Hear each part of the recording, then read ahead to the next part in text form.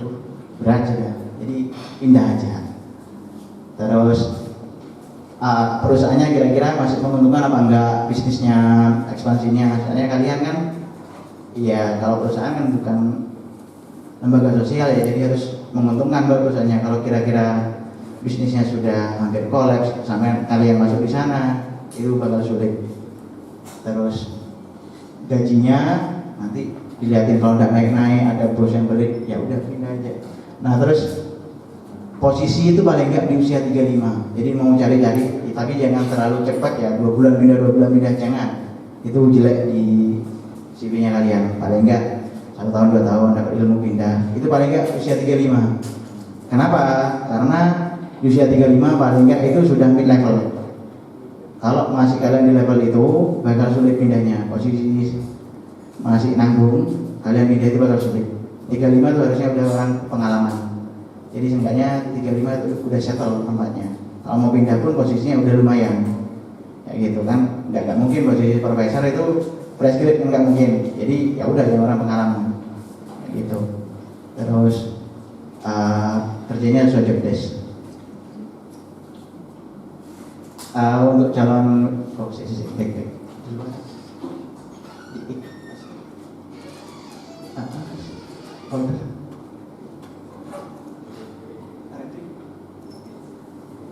Udah bisa. Psikotes. Iya, sekarang bisa.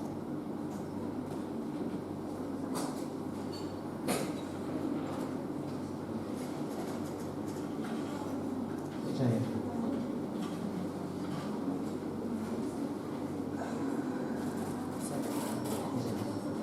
Nah, ini salah satu contoh soal psikotes. Ini Kraepelin. Jadi kalau Kraepelin itu ada yang hitungan dari bawah, ada hitungan dari atas. Jadi itu ada angka-angka 9, 3, 5. Nah, itu tambah dari bawah. Jadi kalau ada Kraepelin kayak gini, ini nanti bisa teman-teman save atau apa. Kraepelin tuh modelnya gitu. 9, nah itu di bawahnya ya. Paling bawah, pojok sana 5, 6, 4, 9, 3. Jadi 5 tambah 6 berapa? 11. Tulis 1. Terus 6 tambah 4, 10, 0. 9 tambah 4 berapa? 13. Tulis 3. Jadi kayak gitu, menghitung cepat-cepatan dikasih waktu. Jadi hitung dari 1, pindah langsung. Ini bakal nguras tenaga banget. Nah nanti kalau teman-teman latihan, jadi latihan kayak gini, rata-rata perusahaan besar bakal ada tes kayak gini, Kraepelin. Ini nguras tenaga banget. Terus buat ngecek teman-teman punya kekuatan tekanan apa enggak. Jadi ini biasa, harus biasa. Kalau nggak gitu kadang otaknya nyampe, tangannya nggak nyampe. Kadang tangannya nyampe, otaknya nggak nyampe. Wes gitu. Banyak ini yang nangis waktu Kraepelin ini banyak. Jadi seenggaknya teman-teman belajar coba terus. Kalau mau psikotes besok paginya, hari ini belajar lagi Kraepelin. Itu harus latihan terus.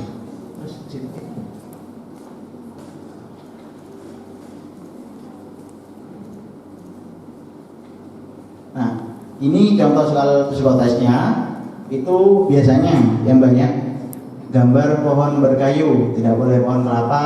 Nah, ada bla bla bla bla bla kayak gitu. Nah, ini untuk menentukan karakteristiknya kayak apa. Kalau pohon itu cara gambarnya yang bagus, itu besar, tapi jangan besar banget, proporsional. Satu ya kertas, nanti bakal dikasih kertas kayak gitu ukurannya, batang, daun, akar, dan kawan-kawan itu lengkap. Ada buahnya. Kalau buah itu artinya kalian suka apa kayak gitu biasanya nanti. Kalau pohon ada di pojokan kecil, berarti ini suka minder. Kalau besar, terlalu besar, ini nggak percaya diri. Jadi terlalu percaya diri, overthinking. Jadi seenggaknya yang proporsional kayak apa. Belajar bukan bagus-bagusan, tapi tambah lengkap gambar, tambah detail gambarnya. Itu kalian berarti pikirannya tambah bagus. Jadi dibuat detail aja gambar pohon. Nanti sambil belajar dari rumah, biar nggak bingung waktu. Terus misal, nah ini ada gambar rumah, biasanya gambar pohon, gambar rumah, gambar orang. Itu kalau orang juga yang proporsional. Terus gimana cara gambar orang yang bagus sampai kakinya, jangan cuma separuh badan, kepalanya, gambar rambut kayak apa, jangan kayak gerendong dan kawan-kawan, jangan. Jadi yang bagus, Tapi bukan bagus-bagusan, seenggaknya lengkap. Ada mata, ada alis, ada tangannya 5, bukan bundar kayak Doraemon gini, bukan. Jadi tangannya 5, ya, yang lengkap. Terus B-nya gambar ini juga, nanti di situ lanjutkan. Disuruh lanjutkan itu gambar apa? Ada waktunya. Jadi nanti diingat-ingat aja. Gambarnya bakal keluar ya kayak gini aja, udah gak akan berubah.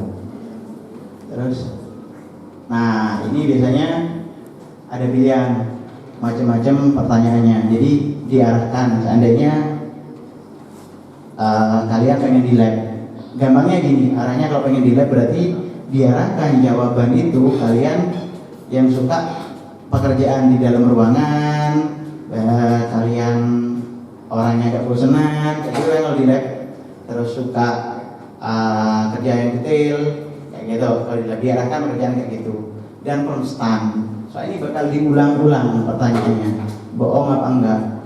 Nah kalau kalian di lab, kalian pengen daftar QC, tapi kalian jawab, saya suka berpetualang, saya suka naik gunung, saya suka membantu orang lain, saya malas tidak akan terima gitu. Jadi biasanya teman-teman bakal gugur 70% itu di psikotes. Jadi pelajari psikotes. Terus, nah cuma pesannya saya gini, psikotes itu bisa dipelajari, tapi jangan bohong. Kalau teman-teman emang nggak suka di lab, teman-teman bisa bohong. Saya di tes psikotes nggak guna. Saya bisa bilang saya suka di lab kayak gini, tapi teman-teman bakal nggak bertahan di sana. Capek, bosan. Jadi jangan maksa. Kalau emang suka di lapangan, ya udah di lapangan. Suka di lab, ya udah ya di lab apa adanya. Jangan bohong kalau psikotes. Itu triknya tadi. Tapi ada triknya. Ini mungkin biasanya teman-teman kalau udah menguasai ini, ya kemungkinan bakal lulus. Selanjutnya itu tes kesehatan. Kalau tes kesehatan itu jangan lupa minum air putih yang banyak, istirahat. Terus jangan minum obat-obatan. Jangan minum obat-obatan dulu kayak nyeri apa. Jangan takutnya nanti bakal kedetek yang lain. Jangan minum kopi sama teh dulu. Minum air putih aja banyak, istirahat, jangan begadang. Kayak gitu. Lanjut semua. Nah ini nanti kalau emang ada yang butuh mau ngopi apa silakan. Kayak gini. Ini soal-soal psikotesnya.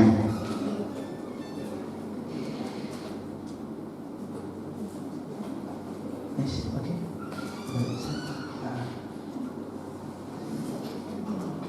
Nah ini mungkin dikit karena saya juga selain kerja di perusahaan saya juga usaha.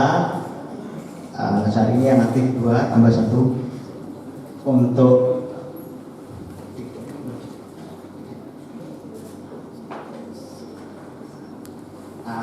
jangan nanti kadang teman-teman malas kerja perusahaannya tak usaha wis pokok totalan gitu ya jangan. Jadi banyak yang ngomong pengusaha itu santai banyak uang, enggak bohong. Pengusaha itu capek, apalagi kerja sama usaha capeknya double. Jadi jangan kemakan mindset kayak gitu. Terus yang kedua jangan cari modal dari bank. Bukan saya mendiskreditkan Mas Landi, saya juga kerja di bank dulu. Cuma buat apa? Karena baru usaha kalian cari modal di bank itu resikonya besar banget. Kalian masih nggak tahu iklim usaha, masih nyoba pinjam 5 juta di bank buat modal, itu resiko banget, gambling banget. Ya kalau untung, kalau rugi mau bayar pakai apa? Karena usaha itu anggap modal awal dia bilang. Terus bisa pakai dana hibah, nanti ada perlombaan backcraft, bisa kompetisi, join sistem tempo sama konsinyasi nanti biasanya. Jadi pinjam barang, terus bisa jadi karyawan dulu, nggak apa-apa kayak saya sambil karyawan. Usahanya yang dibutuhkan sama konsumen itu cari nanti lagi lanjutnya. Sama sistem iklan marketing itu dipelajari. Nah cara nyari ide itu ada 2 macam. Pertama teman-teman itu tahu saya ini mampunya di bidang apa. Nah terus tadi cara jualnya apa? Namanya saya bisa di desain sama coding katanya. Jualnya gimana? Ya udah masuk Upwork sama Fiverr aja. Terus cara jualnya gimana biar cepat? Naikkan pakai iklan. Terus dikelola konsumen atau buat IG yang bagus kayak gitu bisa. Nah, yang cara kedua saya lebih suka cara kedua. Jadi teman-teman lihat yang dibutuhkan pasar itu apa. Kayak saya kan cuci mobil, nganggur di rumah, malas cuci mobil, mau bawa ke cucian. Ya kok nek mamane ada yang ke rumah. gitu mikirnya, loh kenapa kok nggak saya aja yang gue cuci mobil, gue cuci mobil bisa datang. Jadi mikirnya kayak gitu. Terus caranya gimana cuci mobilnya, teknisnya, jadi dibalik dulu dari kebutuhan pasar itu apa yang kira-kira dibutuhkan. Kayak sudah ketemu, metodenya sudah ketemu, terus gimana cara jualnya, sama modifikasi. Seandainya ada kompetitor yang udah duluan, celahnya kompetitor itu apa? Nah, saya kira-kira bisa menang di mana? Kayak gitu. Kalau udah cara jual, nanti sistem marketingnya kayak apa? Nah ini, jangan mudah terbawa kalau usaha, jangan gampang kebawa tren. Kalau kemarin yang banyak itu es kepal Milo, ya itu 1 bulan habis tutup. Es boba itu jangan yang usaha kayak gitu. Tahu kocek ya kayak gitu. Jangan, kecuali kalian yang pioner di sana. Itu hype-nya langsung, tapi bakal anjlok. Terus kalau makanan itu paling enggak marginnya 100%. Kenapa? Karena kalau makanan masak itu ketika kalian balik itu enggak laku, bakal balik kalian, itu dia yang rugi. Jadi paling enggak ada spare 100% kalau jual makanan. Tapi jangan banyak-banyak banget. Nanti 100 jadi 200 untungnya, jangan. Ya 120 lah. Jadi mainnya di quantity. Kalau usaha lain seenggaknya 50% keuntungan. Tapi ini tergantung pasar juga. Kalau kalian lagi ya banyak kompetitornya, harganya kalian paling tinggi, ya jangan, tidak laku. Terus batas keuntungannya jangan terlalu banyak, dikit aja. Mainnya di quantity. Kalau Cina itu mainnya di quantity, jadi mereka nggak terlalu banyak main di keuntungan. Marginnya mereka kecil, tapi kuantitinya besar. Rata-rata kayak gitu kalau Cina. Terus kalau ada yang tahu konsinyasi ini apa? Enggak ada. Nah, biasanya kalau produk baru, konsinyasi itu kita titip di outlet. Jadi outlet yang udah punya nama besar, kita titip di sana, di toko. Seandainya sini Primadona, kita titip di sana produknya kita.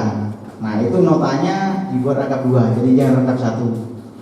Soalnya pengalaman saya sendiri sempat hilang uang ya beberapa juta gara-gara nggak ada nota. Jadi mereka udah enak jualan, ternyata saya klaim nggak ada nota. Dia bilang tuh nota ini nggak enak, jadi tetap nota. Terus pakai aplikasi Q Asir, macam-macam aplikasi kasir. Terus saya pakai Q Asir itu enak, jadi tiap bulan itu ketemu tiap harinya berapa yang hilang. Terus pakai printer portable yang USB. Jadi itu selain buat ngecek terus kalian yang rasanya lebih bagus konsumen, yang kedua biar nggak ada barang yang hilang. Kalau sekalian lihat di beberapa tempat makan yang bagus-bagus, itu kenapa ada, kalau nggak ada print gratis, itu buat ngecek sama bosnya beneran nggak habisnya segini. Jangan-jangan masuk kantongnya karyawan, bukan seudon.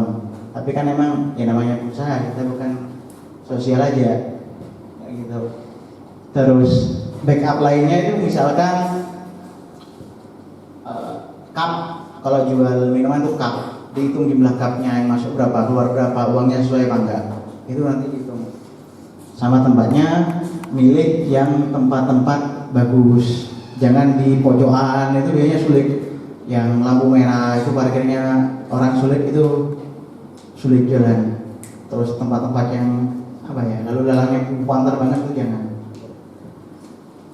Spare dana untuk iklan itu penting. Terus sediakan pembayaran non tunai. Biasanya kalau sekarang kayak QRIS, debit. Kalau debit kan ada syaratnya. QRIS saja. Kenapa? Karena sekarang banyak orang malas bawa uang. Kayak saya malas. Jadi QRIS saja gitu. Nah ini untuk meningkatkan omset, rekomendasinya itu menurut kita paling penting. Jadi dari saya atau produk ini ngomong ke sini itu penting karena itu produknya harus bagus. Terus konsinyasi itu sistem titip. Jadi kalian siapkan spare beberapa produk, titipkan di toko, itu konsinyasi. Itu lebih gampang. Kalau kalian masih nggak punya tempat buat jualan sendiri, titipkan aja udah ke tempat itu, nanti tiap berapa hari diambil kayak gitu. Terus sampel gratis, jangan pelit untuk sampel. Kalau kalian udah kayak taruh, udah banyak tahu ya, udah tahu rasanya taruh. Kalau produk baru, siapkan sampel. Jadi orang seenggaknya tahu. Terus kalau IG atau Facebook itu posting di jam yang trafficnya tinggi. Jam traffic tinggi itu antara jam pagi orang makan sarapan jam 7 sampai jam 8, siang itu agak tinggi dikit, sore jam 4 sampai jam 6 sampai jam 8 malam. Kalau kalian posting jam 12 malam ya siapa mau baca gitu. Jadi lihat yang kayak gitu. Iklan tuh ada macam-macam, brosur sama banner pinggir jalan itu bayar. Jadi bukan asal nempel. Kalau asal nempel nanti bakal diambil sama Satpol PP. Jadi dia bayar, harganya lumayan mahal. Itu kalau nggak punya uang pakai Google Ads dulu. Ada IG sama Facebook, sama selalu posting yang rutin. Sama kayak tadi, kalau memang bisa desain, postingnya yang bagus. Jadi kasih apa? Ya kayak tadi kalau punya Basoka itu kan, seenggaknya ada frame-nya lah yang bagus kayak gitu. Terus ya tampilan posting, jangan gunakan nomor pribadi. Kalau bisa pakai WA bisnis, jangan pakai nomor pribadi, biar lebih profesional aja kesannya. Sudah, itu aja dari saya. Kalau ada yang tanyakan nanti bisa berbicara pribadi atau langsung di sini. Kalau ada yang dibutuhkan nanti bisa minta sama saya. Oke, assalamualaikum warahmatullahi wabarakatuh. Baik, sampaikan terima kasih kepada Pak Hendra yang telah menyampaikan materi yang sangat luar biasa ini mengenai tips and trick untuk berkarir yang tentunya bisa diterapkan oleh kakak-kakak calon wisudawan di sini.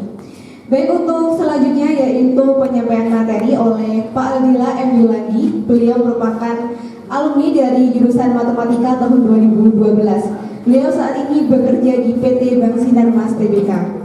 Baik, untuk Pak Andi, apakah sudah siap? Baik, karena sudah siap, disilakan.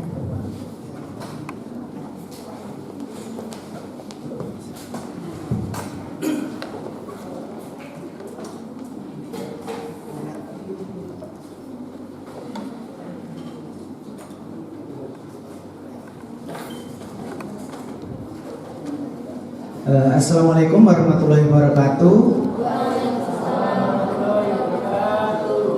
Yang terhormat Bapak Ibu guru dosen yang hadir di sini. Tadi juga ada Bapak Dekan dan teman-teman kita di sini yang sebentar lagi sudah menjadi wisudawan wisudawati FMIPA UNED. Di sini langsung saja ya, perkenalkan, nama saya itu Aldila Maya Yulandi.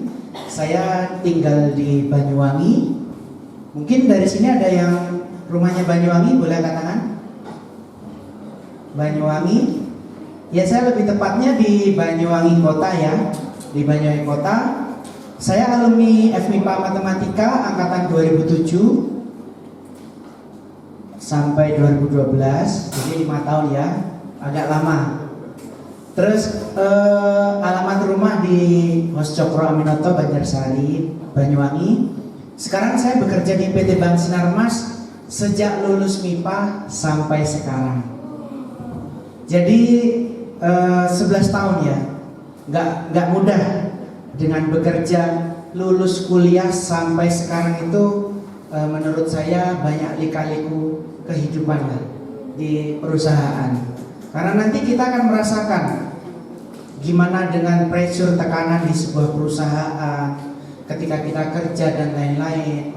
Nah, itu nanti akan membentuk karakter kita itu seperti bagaimana. Jadi saya lulus 2012 langsung keterima, itu pun jalurnya jalur khusus karena ada kakak kelas yang mudah bekerja di perusahaan Sinarmas.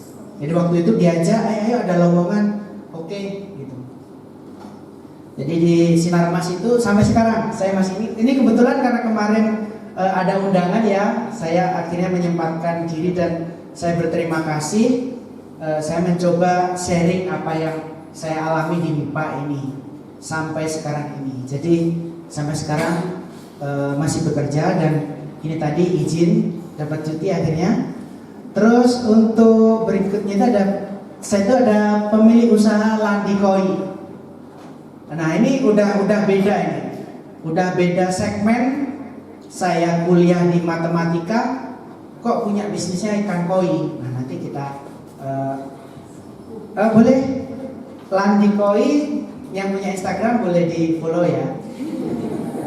Jadi buat perkenalan, karena kan kita nggak tahu besok kita ketemu di mana, terus kita ada lowongan apa. Kalau kita nggak punya kenalan banyak, gimana kita mau dapat rezeki yang banyak? Kenalan kita cuma sedikit. Jadi untuk yang punya Instagram boleh nanti dilihat kurang lebih kegiatan sampingan saya selain di perbankan. Terus saya juga ada budidaya ikan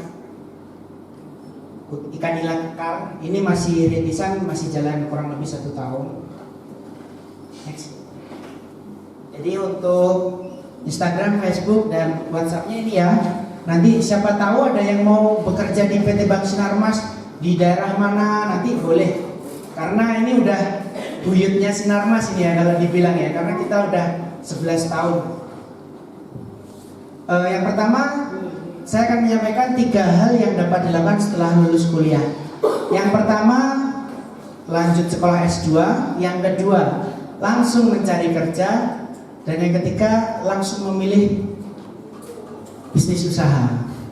Jadi rasanya ini ada 3. Nah ini untung kebetulan kita nggak janjian sama Mas Indra. Untung topiknya itu berbeda. Kalau Mas Indra tadi udah mengupas tuntas bagaimana cara kita mencari kerja, kriteria dan lain-lain. Ini untungnya punya saya itu gambaran umumnya seperti itu. Jadi mungkin yang nomor 1 boleh angkat tangan, kira-kira siapa yang melanjutkan sekolah? Nomor 1 angkat tangan.